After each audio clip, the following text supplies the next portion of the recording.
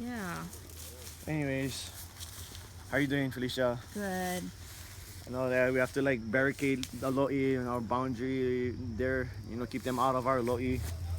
They even try to come to the neighbor's yard and it's legal, that the cops over there assisting them to try to come around to the neighbor's yard and make a hole through and come and excavate and bulldoze. So it's like And I playing the want rat game to over walk here. over near your ahu and your lo'i if we can. Okay, come and go. It looks beautiful.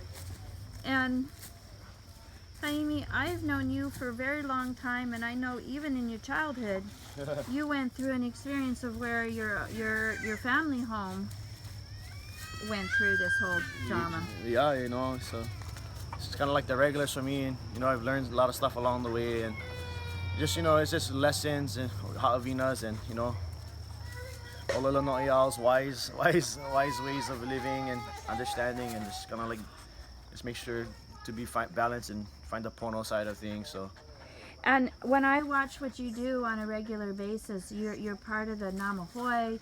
You help with the Po'oku Heo. There's many areas of culture where you work tirelessly to keep it strong in Pono. it's just a part of the family lineage and our customs, and this we're like how she said, like still living that way. We never stopped living that way all because of but even though there's been a lot of oppression and suppression and colonization onto our ways of life. So we still continue, we still live the way we live. We never change, and it's a struggle every day for us, but not because we know how to gather and we know how to live, and this is our aina. Our families are deeply rooted in here, and we just this is something that's just part of us And daily. even last year, you have officiated at young people's life blessing services after they've left this life, and I watch you mentoring very constructively a lot of young men.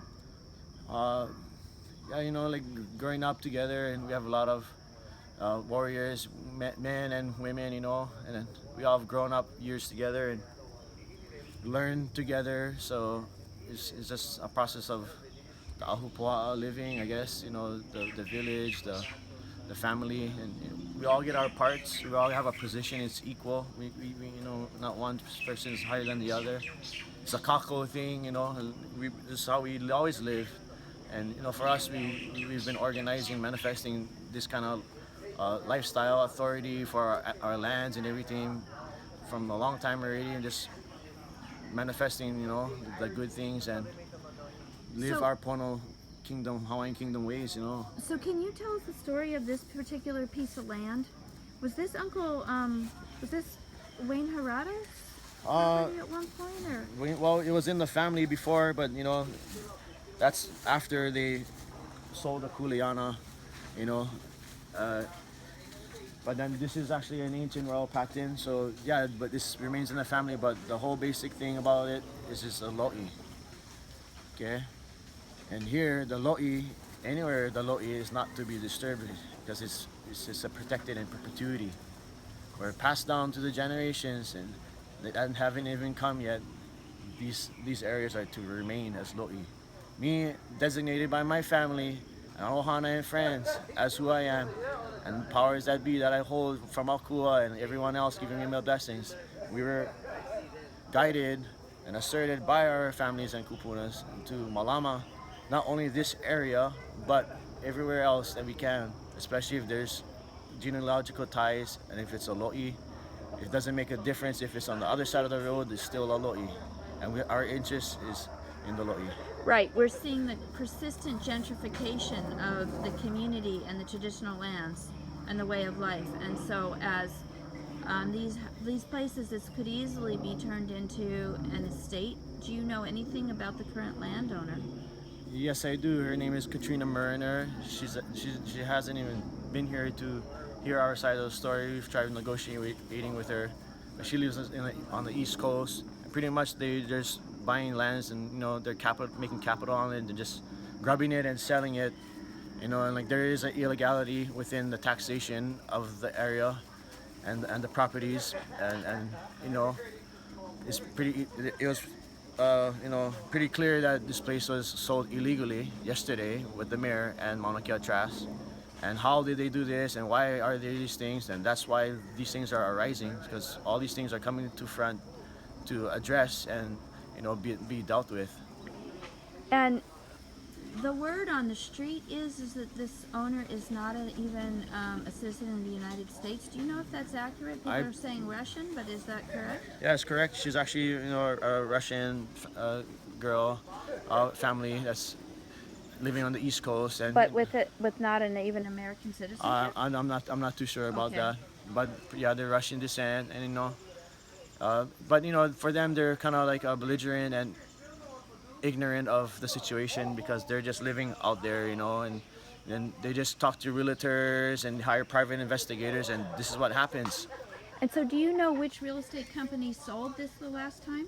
Well, I know that there's certain realtors who are involved, and I think maybe Allstate Realty, and I know Dennett Andrews was one of the people that we were trying to negotiate with, and I'm not too sure what company she works for, but her law firm office is in Princeville. Her realtor office is in Princeville, near the First Hawaiian Bank. But Because what I'm curious about is, was this land sold while you guys were already stewarding this piece of property? Did they know? Because that seems like it should be on the DROA of the property. One of the disclaimers is that if land is in dispute. Was this sold with you guys living here and caretaking for it? okay, well, yeah, I guess so. If you want to see that, they did sell this area. Even the whole reason why this is all happening is because they bought this area after we've been on it, but our family's been on it all the time. Because the whole thing about this bank embankment right here is the easement to the burial sites. So we have rights and we have access rights to the burial sites. And yes, there is burial sites over here. And if you guys don't know and you guys don't live in Wainiha and you don't know where the burial sites, you guys should come over here and get educated. And there's specialists and people out there claiming that there's no burial sites here, but that's totally false. And on top of that, this is a lo'i. And if you guys look on the other property next door, it's all flattened out. There's remnants of rock walls. Things has been pillaged and stolen. All the way up to the top of the valley. All of there's it. those rock This valley No, is no registered way. for this national on the national registry for its Historic? ditches and aways and streams, and most of all, it's lo'is, one of the most complex places in Hawaii. And then how big is the property here in question that these people own? Well, these people own about 6 acres. They own about 6 acres? Yeah, as you can see, this little sliver here, though, you see all these banana trees, and then there's a little fence line there. They actually put up that fence line because we were farming already on here after they grubbed it to save the rock walls and save the burial sites. So they bought this. So that's the thing that's very important for me to be able to know. Is Yes. Was there informed awareness? I mean, I guess was there awareness by the realtors selling this property that there was a claim and a sacredness about this piece, that there were people living on it and cultivating it? That happened before it sold the last time. I'm pretty sure, yes. It's been pretty clear and well known. We've been here for, I grew up here my whole life. And this spot was always a spot our families gathered. And, this is the last little sliver in Wainiha Valley that they grow kalo, And everyone comes here to harvest and do what they need to do here. It's a family thing, But, yes, they erected this fence long after these banana trees were planted. These are sacred endangered banana trees. It's a federal offense to remove a lot of these native plants growing in here. Because it's the species. It's a species and they're that, endangered. Let's walk closer to the bananas, because I see that the bananas have the purple stalk. Not everybody is aware of how many different varieties of kalo, maya, bananas, all the different plant life have variations on how they are have evolved. So tell us about this section 106. So I see that you have these things posted well up. What does Section 106 mean for people who don't understand? Section 106 is pretty much a consultation process with the Native Hawaiians. And it's a federal law, It's correct? a federal law under the NHPA, National Historic Preservation Act. I'm sworn in as a Konahiki Tribal Historic Preservation Officer with other Konahikis and Tribal Preservation Officers for other ahupua'as on the island of Kauai. It's in partnerships with the Department of Interior and 78 other agencies, federal agencies. And it's to protect the interests of the Native people, tenants, and their interests to the lo'i.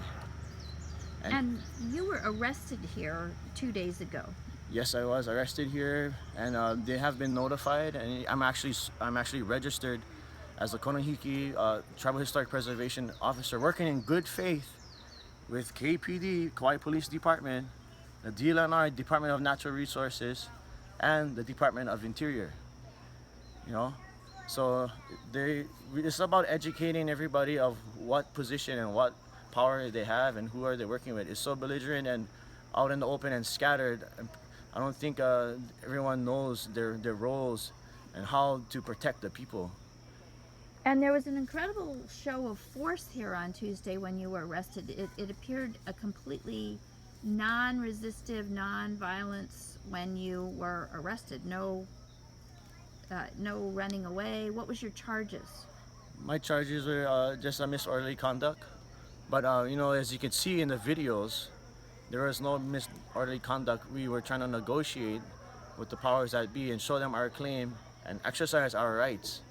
And they haven't. They gave us no alleviation, and they went straight to the point of assisting an illegal operation that's about to occur. Who called the police? We're not too sure about the police, but this person named Brian Fujiuchi, and he is the private investigator that works for the landowner. He is the one who conducted out the meetings and arranged the excavation crew, and also arranged the police, pretty sure, and Now, KPD to come here. He's actually an ex-police But I chief think himself. He was the police chief. Yes. I remember when you were a child. He's retired. Yeah. Yeah.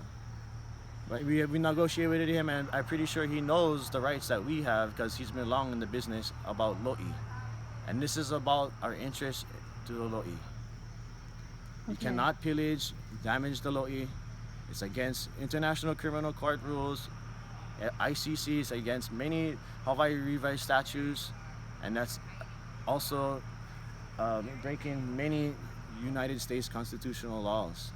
And I'm pretty sure they're aware of this. We have been serving them for years already. They have got our docket number with the Pacific Command, with the DLNR, with all the agencies, 78 federal agencies, and now everybody's just been notified and aware of, you know, this is kind of a blessing in disguise because it brings everything to light, and in a way educates everyone of what's really going on and what's their affiliation to the people. And you know, and then all that kind of like how should you say, police brutality and harassment and aggravation is like totally not needed for all these peace-loving families and people that's here trying to protect their interests to the lo'i. My observation on Tuesday was that the police weren't enjoying the task. You know, like when I was here, what I saw, you know, it's a tough thing, and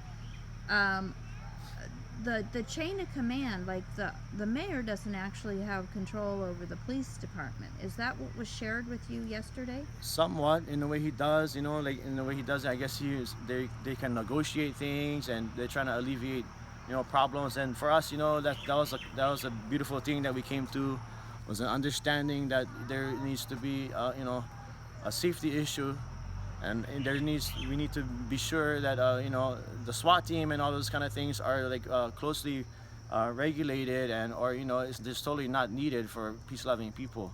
And yesterday, Police Chief Daryl Perry was here. I know he's part Hawaiian, yes, and our part Hawaiian Mayor Bernard Carvalho, as well as our. I'm not too sure if Daryl Perry was here. Okay, I'd heard he was on his way. I didn't see, and then so you didn't speak with him. No. All right, and then Dan Ahuna from the Office of Hawaiian Affairs, he was here as well. Yes, they're here as well, and what makes it really interesting is, and a lot of them, they're all family to these areas that we're trying to protect. And yesterday, and you know, like I say, yeah, sometimes there might be a little aggravation, sometimes there might be hesitation, and people get angry. But this all blessings in disguise in a way, because this brings everything to the light. How can you not be protecting your kupuna when this very land is where they walk and what we're trying to protect our interests of for the people? So Yes. therefore, the energy was really how should I say it, very pono and balanced yesterday, where we all came to a place of aloha and understanding that yes, there needs things to be fixed with our Department of Land and Natural Land and Resources. Natural Resources, the KPD, how we react with our people, and most of all, how are we going to go about the process of obtaining the truth and the titles that belong to us by Kuleana, perpetuity, and all of these interests, most of all to the lo'i that we have. These are laws. These are things that are set in foundation for a very long time by our families and people, and written constitutions, treaties. These things are to be enforced. And for people who don't understand about lo'i, that falls under the traditional and customary practices as being held sacred even by the Hawaii State Constitution. As rights of a human being to protect your interests of food, to survive, to eat, to consume, and also just to live. And with extra protection that this is the traditional cultural history, the Kanaka Mo'oli, Hawaiian native. Correct. Right. Like I think you have an extra layer of protection over people maybe who don't have that generational lineage to the land. Well, that's why it's all about saving this kind of saving these areas and protecting these areas. It's about educating everyone, sharing, and most of all, participating in the cultivation and knowing how to do it. But when it's destroyed and it's all messed up and it's desecrated, it's called the rundown of the food system. And how is your optimism for what tomorrow presents? What is the plan? What do you think? What are you Well, expecting? we're playing this cat and mouse game of the excavators who are actually relatives as well. You know, of are they gonna be coming or not to bulldoze? Or are they, and then they say they're not, but then they are. But then are we waiting for a word and standing by and people just gathering but we're trying to set this thing in motion and settle this thing by creating some kind of document, or a resolution, written resolution of, one, to ensure that the grubbing and excavations is going to be stopped until further notice, until things are settled, until things are made clear in Pono with all the county agencies and federal agencies and that may be involved. So this is actually a precedence for the rest of Hawaii to in a way to bring these things to light, and these are questions that families and Hawaiians and people alike had for a very long time. And how do we go about going and doing this? And yesterday was a very powerful spiritual day, as we all gathered as family, and even with other politicians and governmental agencies and everyone there wearing their different hats, we all came together as family to assert what is the right thing to do. It's wonderful to hear that we are coming to good practices, and at a spiritual level, I think you are emerging as a spiritual leader in this community. Do you have, from a heart frame of love, a message to the people, particularly even Kanaka people, who work within the real estate industry, of how best to practice their craft in a way that is Pono? Ooh, well, like for my expectations yesterday, I was a little, how should I say it, having a different mindset and of where we're gonna end with, how we're gonna end with, having something in writing that we all can sign, a document or a resolution written by everyone, of what's the process, what's the system that we're gonna create, how do we go about doing this, is creating a pamphlet, creating the summary, creating a law to protect our interests to lo'i, how creating a system in their system about how do we go about finding our kuleana lands for people and families who don't know, how do we go about obtaining our interests to them, and just basic information, and how do we register, and education for the people how to do that. And it's by law and it's their right. And on top of that, for them to stop the desecration themselves, the realtors,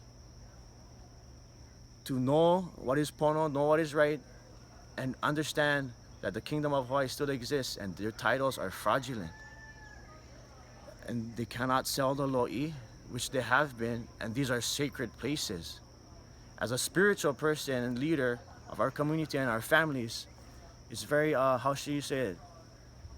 Makes me do a lot of work when people come to me asking me and telling me that they have spiritual troubles and spiritual problems. One of that is the reason is because some things are to be sacred all the time, especially our lo'is, our rocks, our pohaku, our burial sites, and most of all, just our people. So this is where it all stops. This is where the lie stops. I'm calling all you guys, all the realtors and companies. This is where the families come back and balance comes back to our people. You guys have stole and you guys have pillaged, you guys have raped, you guys have lied, you guys have ripped off, you guys made all you guys money. That all stops now. As kahuna, as konohiki, as a light healer, I bless this energy to be unfolded and manifested in prosperity and harmony for all of us.